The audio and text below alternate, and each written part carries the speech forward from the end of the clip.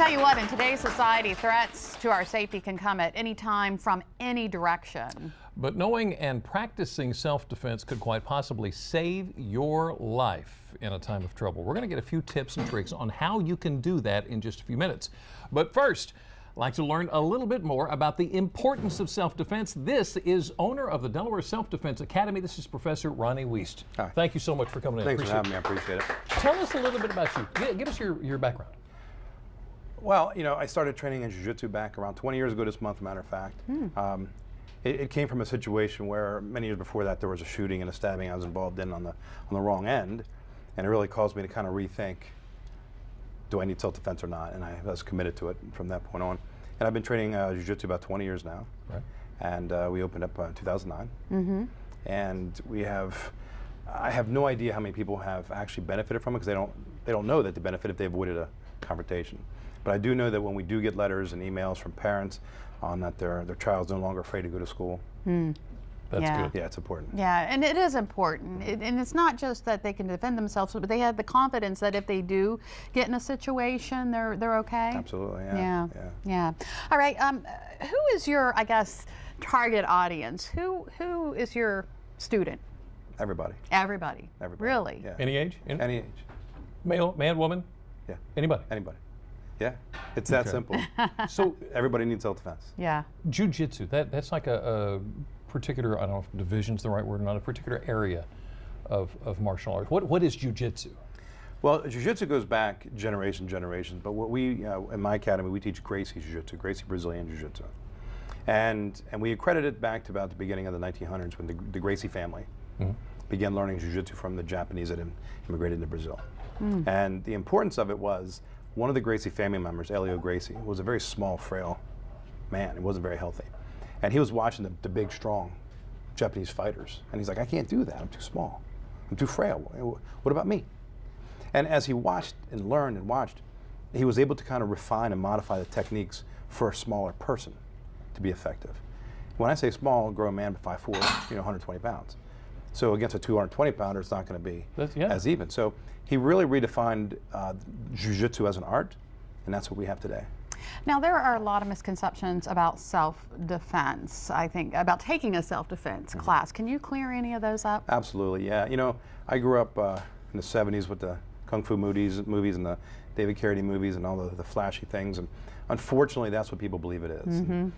Many people think, well, I'm not athletic enough, or I'm not strong enough, I'm not fast enough, I'm not healthy enough. And those are all wrong. You know, you don't have to be healthy, you don't have to be athletic, you don't have to be strong and fit and fast and even remotely in shape to do self-defense. Self-defense is an awareness, it's a preparedness. Now it does escalate from there if it needs to, but it's just it's an awareness and preparedness at first. Do I understand that you offer your training to law enforcement? Absolutely. Yeah, you know, I take that a little bit kind of personal. My son's a police officer. Ah. All right, well, you said anyone can do it. Absolutely. Anyone can do self-defense, so we're going to make you prove it, because that includes Jimmy and myself. So we're just getting started with you. Up next, you're going to show us a few moves. Okay. That's got to be interesting. Delmarva Life. We'll be right back. Well, before the break, Professor Ronnie Wuest, the owner of Delaware Self-Defense Academy, told us why it's so important to know and practice self-defense. Now, we're going to learn a few moves ourselves. Professor Wuest is back with us. So what are you going to show us today? Well, since we only have a limited amount of time, we're just going to do some very basic, common kind of questions. People ask, what do I do if? Yeah. The first one would be someone's grabbing you by the neck and they're pushing you, whether it be towards the wall in the parking lot, whatever. Yeah. So I'll show it, and you're going to do it. So you guys me? Okay. My hands go up, block the punch. As she's pushing me, I step, turn, and sit on the elbow. And sit on the elbow. Okay, one more time. Okay. My hands go up to block a punch. Yeah. As she's pushing. All right. Okay, but I'm a little longer arm than you are. Let's see. So this isn't going to be a big deal, Okay, right? so you're I come coming up like at this, me, right? And then I push. Yeah, well, you make sure he's not going to punch you. Okay. Grab his hand. And grab his hand. Pushing her. Step over. Ooh. Oh, sorry. Are you okay?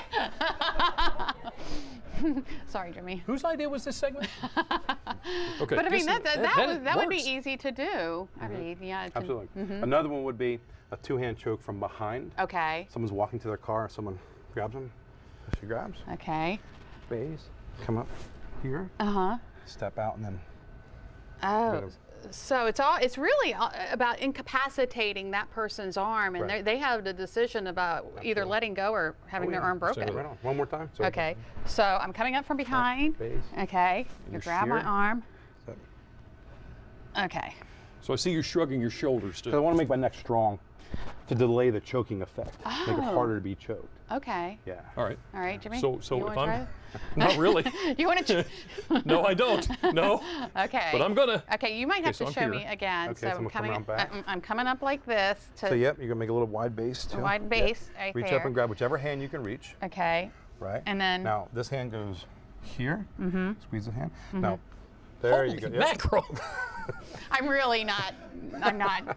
Come on, you're being a little dramatic. I am not messing with this woman. I just want to be perfectly clear. So people might find themselves in this situation whether they know the attacker or they don't. Yeah, because we were talking about the chokehold sometimes in domestic violence situations. Unfortunately, a lot of women find themselves in that situation. So And you don't need a weapon. No. no. No weapons up here. Now I understand you do seminars with businesses and organizations. I do.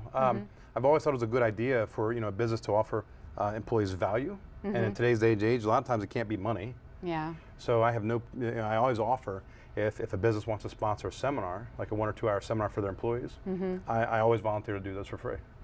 Wow. This means a lot to you. It does.